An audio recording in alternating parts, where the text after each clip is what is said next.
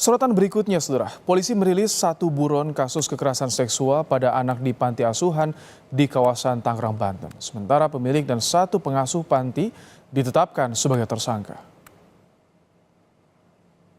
YS, pengasuh panti asuhan di Tangerang, ditetapkan sebagai tersangka kasus pencabulan kekerasan seksual ke anak asuh. YS masuk daftar pencarian orang setelah mengabaikan 2 pemanggilan pemeriksaan. Sementara 2 pelaku S dan YB telah ditahan setelah pemeriksaan korban dan 11 saksi.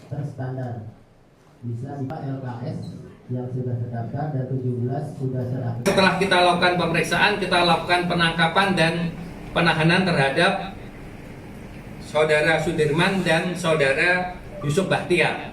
Sedangkan Saudara Yandi Supriyadi, ya, setelah kita lakukan pemanggilan 2 kali yang bersangkutan tidak hadir, akhirnya kita tetapkan, kita masukkan dalam daftar pencarian orang. Dan saat ini kita sudah sebarkan untuk surat permohonan pencarian Saudara Yandi Supriyadi sebagai daftar pencarian orang. Dan ini salah satu foto yang sudah kita buat untuk mempermudah masyarakat apabila mengetahui keberadaan Saudara Yandi Supriyadi ini, ya, bisa melaporkan kepada kita.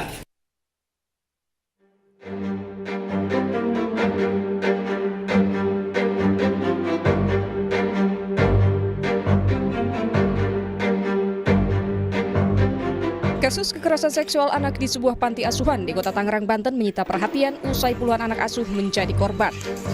Panti asuhan yang sudah berdiri kurang lebih 20 tahun itu ternyata tidak memiliki izin operasi pendirian yayasan. Menteri Sosial Saifullah Yusuf yang mendatangi lokasi kejadian berjanji akan menambah syarat pendirian panti asuhan, diantaranya izin dari warga. Sudah 20 tahun lebih ya? Tidak ada sama sekali, ini termasuk yang blank ini. Makanya nanti ke depan saya terus terang juga akan menghimbau atau memberikan suatu persyaratan gitu dalam rangka mendirikan panti asuhan harus mendapatkan persetujuan dari warga sekitar. Sementara Komisi Perlindungan Anak Indonesia (KPAI) memastikan hak-hak anak yang menjadi korban akan dipenuhi. KPAI juga mengajak masyarakat tak segan melaporkan indikasi kekerasan pada anak. KPAI juga memastikan Kementerian Sosial berperan dalam pemenuhan hak-hak anak korban, baik dari sisi rehabilitasi psikis, fisik maupun sosial. Itu pasal ketika ada kejadian yang seperti ini, sebetulnya siapapun boleh melaporkan. Selain kepada Dinas Sosial, boleh melaporkan kepada kepolisian, kepada KPAI, kepada Komnas HAM, kepada Ombudsman ataupun lembaga-lembaga pelindungan anak lainnya. Yang sudah dibawa ke Dinas Sosial itu ada 13 orang, kemudian yang ada di rumah relawan itu ada 4 orang, kemudian yang sudah masuk ke kepolisian itu 7 orang. Dan ada beberapa yang terindikasi sekitar 22, tapi ini juga masih dalam proses baik yang dilakukan oleh tim pendamping ataupun oleh Dinas Sosial. Kasus ini dilaporkan pada Juli 2024 lalu.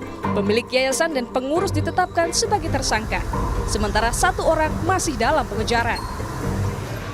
Saat ini ada 2, satunya dalam pengejaran. Saat ini perannya apa, Bu? Apakah pimpinan atau pemilik sudah diamankan? Ini kan laporan dari sejak Juli ya, awal Juli. Nah sampai sekarang apa sih kendalanya? Baru sekarang aja terbongkar gitu. Korbannya kan domisili di Bandung. Pada saat interogasi datang, pada saat BAP diketahui menghilang. Salah satu mantan pengasuh di panti asuhan meminta polisi mengusut tuntas kasus ini karena korban diduga lebih dari 30 anak. Apa ya? Yang ini baru semalam aja 15, mungkin udah 25. Tapi saya rasa karena ini udah 15 tahun, saya rasa 100 orang juga ada. Bu, karena ini kan silih berganti. Cowok semua, Bu? Cowok semua. Kepolisian ngusut ini karena ini udah bertahun-tahun. Sudah 15 tahun. Yayasan itu berdiri sudah 20 tahun. Kini, korban dititipkan di Rumah Perlindungan Dinas Sosial untuk dicek kondisi kesehatan dan psikologisnya. Tim Liputan, Kompas TV. Kasus predator anak di panti asuhan di kawasan Tangerang, Banten ini masih diusut. Lalu bagaimana pemulihan psikologi korban? Kita akan bahas bersama kriminolog anak Hanifah Hasna. Assalamualaikum, selamat petang Mbak Hani. Selamat petang Mas. Mbak Hani, panti asuhan tempat yang seharusnya menjadi tempat berlindung bagi anak asuh, tapi ini ada peristiwa yang tentu miris sekali. Bagaimana harus menuntaskan kasus ini agar tidak terjadi, Mbak Hani? Baik, ini kalau kita pakai lagu itu dan terjadi lagi gitu ya, lagi dan korbannya selalu anak-anak. Yang dimana anak-anak ini adalah usia yang rentan sekali untuk menjadi korban dan dia tidak tahu bagaimana cara melapor. Ini yang seharusnya menjadi perhatian dari orang tua. Jadi menitipkan anak ke pesantren itu seharusnya mengetahui bagaimana mekanisme terkait dengan penjemputan atau pertemuan atau komunikasi. Ketika ada sebuah pesantren atau boarding school atau entah apa namanya sulit untuk menemui anak, sulit untuk berkomunikasi, ini berarti sudah ada pelanggaran terkait dengan kedekatan dengan anak gitu ya, karena hak anak adalah dekat dengan orang tua. Karena ketika tidak boleh berkomunikasi, artinya anak ini ketika terjadi apa-apa orang tua tidak mengetahui. Nah biasanya ini berkedok dengan pemberian ilmu gitu. Ketika dia tidak manut, dia tidak nurut, maka ilmu itu tidak bisa masuk kepada siswa atau santri itu. Dan ini biasanya sudah terjadi turun-temurun sehingga semua anak di tempat itu sudah mengetahui, sama-sama tahu dan merasa bahwa ini adalah salah satu cara hidup di situ dan semua harus menerima. Artinya ada mereka menormalisasi hal ini. Lalu yang seharusnya kita perhatikan lagi adalah ketika mereka menjadi korban, apakah selama ini pengasuh yang lain tidak bisa memahami bagaimana pemahaman para pengurus terkait dengan emosional anak, terkait dengan perilaku anak, apakah ada yang berubah? Berarti ada yang kurang dari pengurus yang ada di situ. Ini kalau misalkan korban tadi Anda singgung, menormalisasi ini bagaimana? Pemulihan psikologis korban ini bagaimana nantinya, Mbak Hani? Iya, kalau pemulihan psikologis yang pertama adalah kita melakukan penerimaan terhadap emosionalnya. Karena bagaimanapun juga korban ini pasti akan ketakutan. Jadi orang tua, pihak sekitar, mungkin dari kementerian dan semua orang nih, terutama orang-orang yang dekat, ini harus menerima si anak ini secara psikologis, memberi dukungan bahwa dia tidak bersalah, yang bersalah adalah pelaku, gitu ya. Karena mereka akan kehilangan harga diri, mereka akan ketakutan, bahkan mungkin mereka ada rencana untuk bunuh diri karena mereka sangat-sangat malu dengan kondisi yang sudah terjadi.